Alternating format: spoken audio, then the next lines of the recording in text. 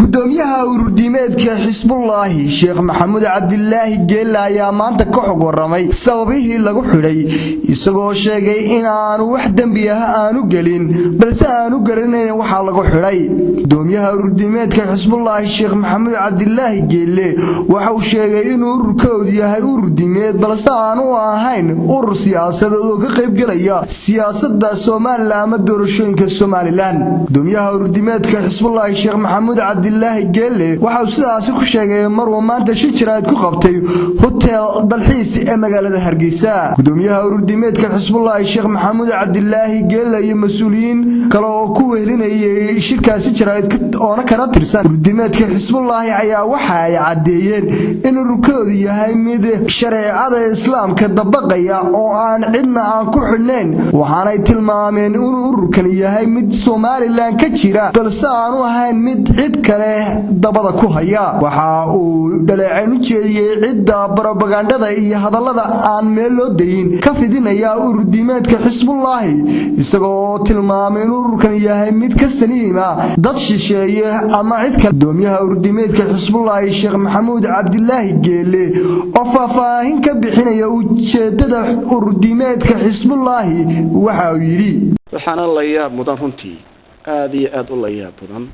la yaab mudan ummad islaam sheeganaysa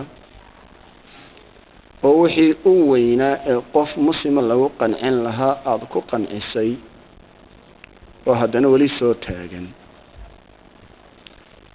dadkaasu waxay leeyahay la soo habeeyay maxaa looga jeedaa su'aal mar walba ay soo celcelinayaan waxaanu ku dhaar ku marnay qof muslima dhaar meel uu u dhaafo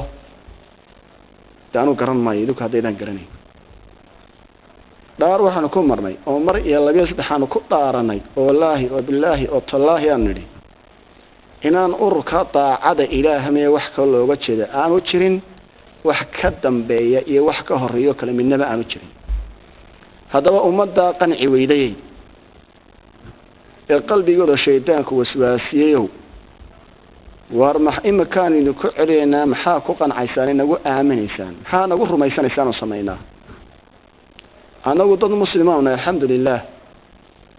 halka u dambeysay qof muslim lagu qanciyo waa dhaarta warde dhaartii haddaad ku iimaansan weydeen oo iimaankii ku qanci weydeen wax leena meel aan u dhaafno halka garan maynee dimala waa heesiisana haatan heesinu iska wata waxa leeyano arrinka ku celinaya waxa wallaahi oo billaahi oo tallaahi inaan diinta alla ina shaqayso un mooyaane muraad kale oo ururka uga jeedna haba yaraatay aan jirin